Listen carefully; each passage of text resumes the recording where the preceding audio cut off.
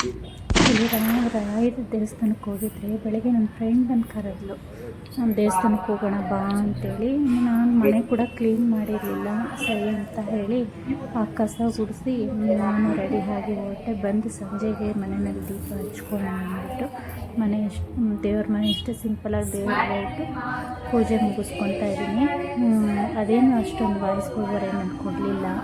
ರಾಯರ ದೇವಸ್ಥಾನದ್ದು ಅಲ್ಲೊಂದು ಸಂಗೀತ ಆಡ್ತಾಯಿದ್ರು ಅಂದ್ಬಿಟ್ಟು, ದೇವ್ರ ನಾಮಗಳು ಆಡ್ತಾಯಿದ್ರು ಅಂದ್ಬಿಟ್ಟು ನಾನು ಅಲ್ಲೇನು ವಾಯ್ಸ್ ಓವರ್ ಕೊಡಲಿಲ್ಲ. ಅಲ್ಲೇನು ನನಗೇನೋ ಒಂಥರ ಸಮಾಧಾನ. ರಾಯರ ದೇವಸ್ಥಾನಕ್ಕೆ ಸುಮಾರು ದಿನದಿಂದ ಅಂದ್ಕೊತಾನೆ ಇದ್ದೆ, ಆಗಿರಲಿಲ್ಲ ಹೋಗಿರಲಿಕ್ಕೆ. ಸರಿ ಹೋಗಿ ಬರೋಣ, ನಾನು ಅಂದ್ಕೊಂಡೇ ಇರಲಿಲ್ಲ ನಿಜವಾಗ್ಲೂ. ಅದಕ್ಕೂ ಮುಂಚೆ ಸ್ವಲ್ಪ ತಪ್ಪಿದೆ ನಾನು. ಹೊಟ್ಟೆ ನೋವು ಬೇರೆ ತುಂಬ, ಸ್ಟಮಕ್ ಪೈನ್ ತುಂಬ ಇತ್ತು, ಸ್ಟಮಕ್ ಪೈನ್ ಅಂತೂ. ಅದಕ್ಕೆ ಸರಿ ನಾನು ಹೋಗಿರಲಿಲ್ಲ. ಬೆಳಗ್ಗೂ ಎದ್ದಿದ್ದು ನಾನು ಲೇಟಾಯಿತು.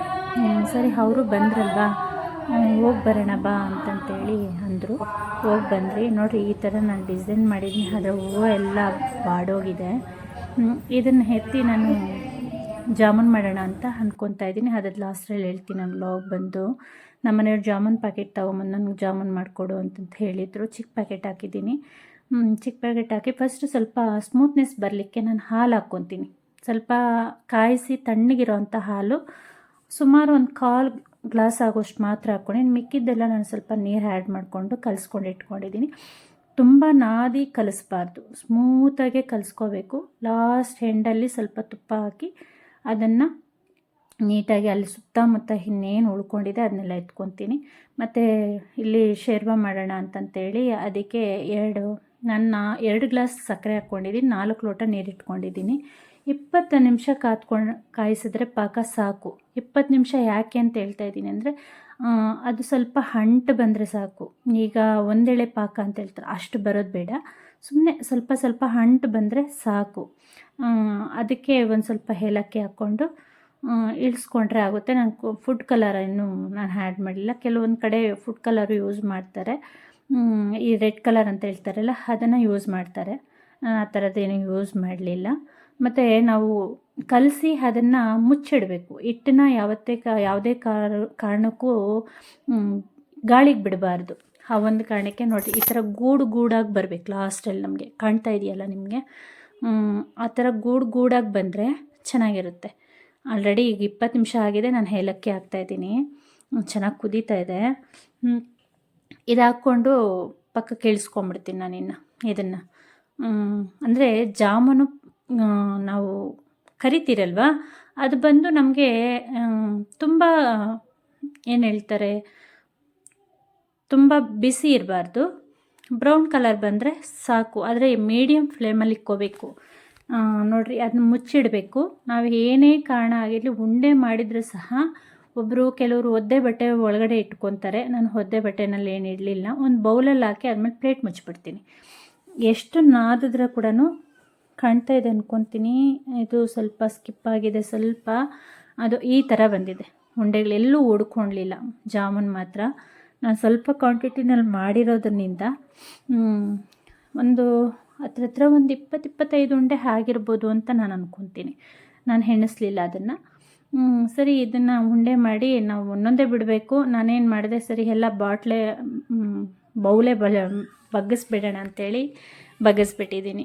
ಲಾಸ್ಟಲ್ಲಿ ಈ ಥರ ಕಲಿಸ್ತಾ ಇರಬೇಕು. ಬಾಣಲಿ ಬಂದು ನಮಗೆ ಕಲಿಸ್ತಾ ಇದ್ದರೆ ಅದು ಏನಾಗುತ್ತೆ ಅಂದರೆ, ಸುತ್ತಾನು ರೌಂಡ್ ಅಪ್ಪಾಗಿ ನಮಗೆ ಬ್ರೌನ್ ಕಲರ್ ಬರುತ್ತೆ.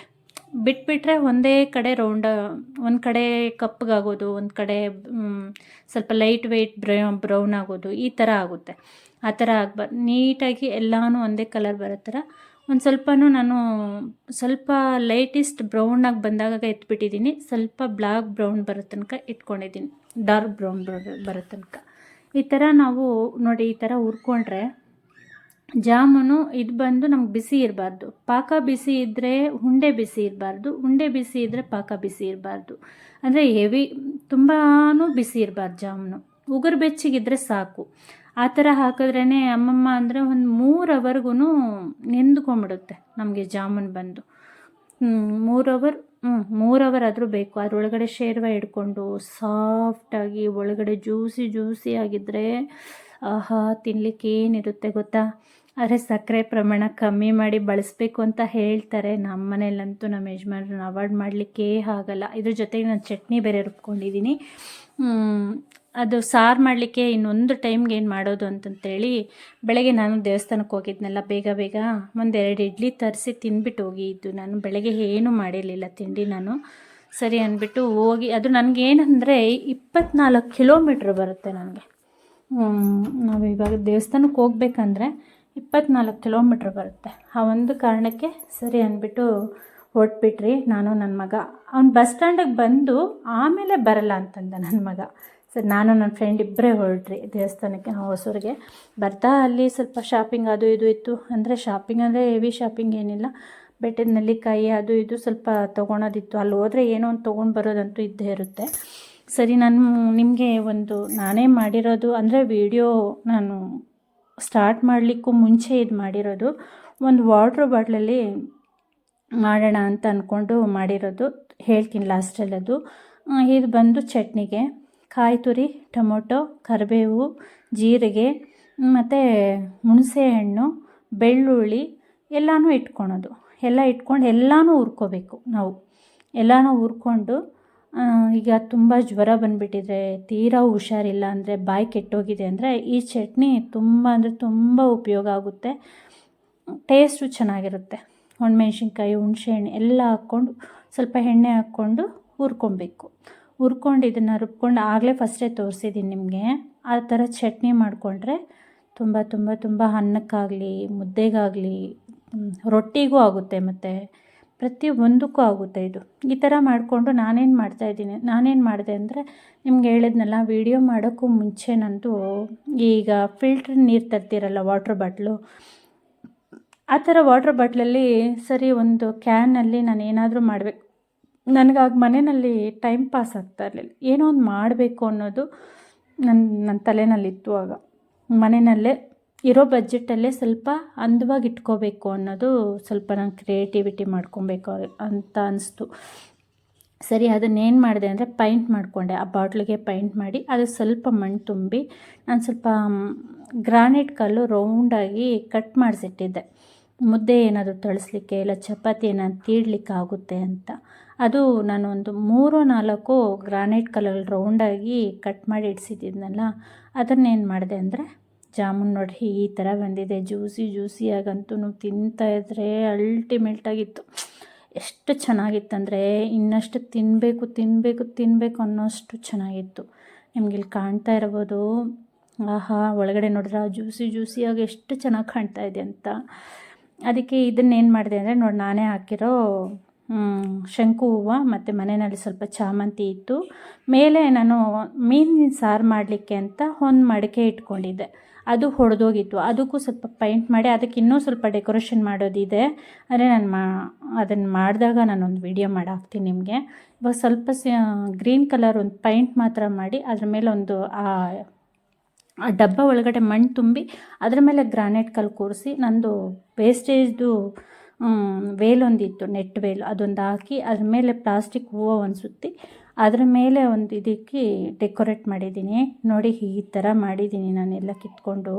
ಇದು ನಾನೇ ಬೆಳೆಸ್ಕೊಂಡಿರೋ ಏನಂತಾರೆ, ಏನು ಹೂವು ಅಂತಾರೆ ಅಂದರೆ ಹೇಳ್ತೀನಿ ರೀ, ವಿಪೂದಿ ಹೂವು ಅಂತ ಹೇಳ್ತಾರೆ.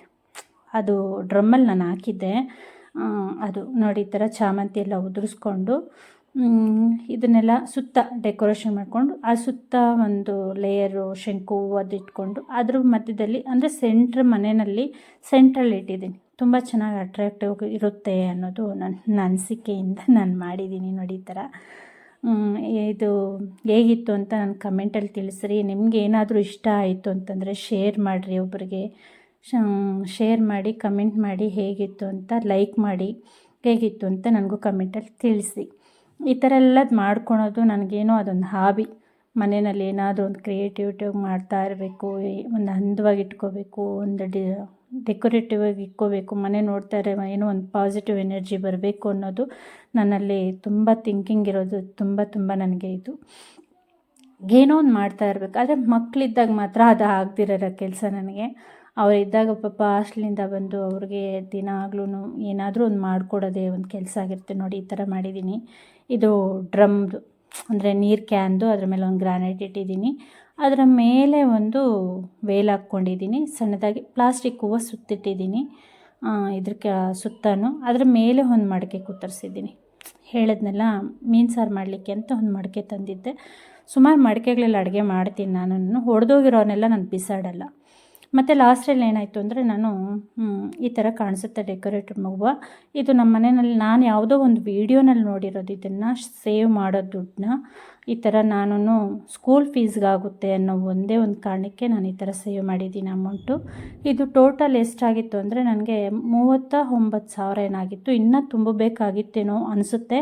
ಆದರೆ ನಾವು ಎಷ್ಟಾಗಿದೆಯೋ ನೋಡ್ಕೊಳ್ಳೋಣ, ಆಮೇಲೆ ಹೋಗೋ ಟೈಮಲ್ಲಿ ನೋಡ್ಕೊಂಡು ಸಾಕಾಗದೆ ಬಂದರೆ ಏನು ಮಾಡೋದು ಅಂತೇಳಿ ವಿಡಿಯೋ ಇಲ್ಲಿಗೆ ಎಂಡ್ ಮಾಡ್ತಾಯಿದ್ದೀನಿ.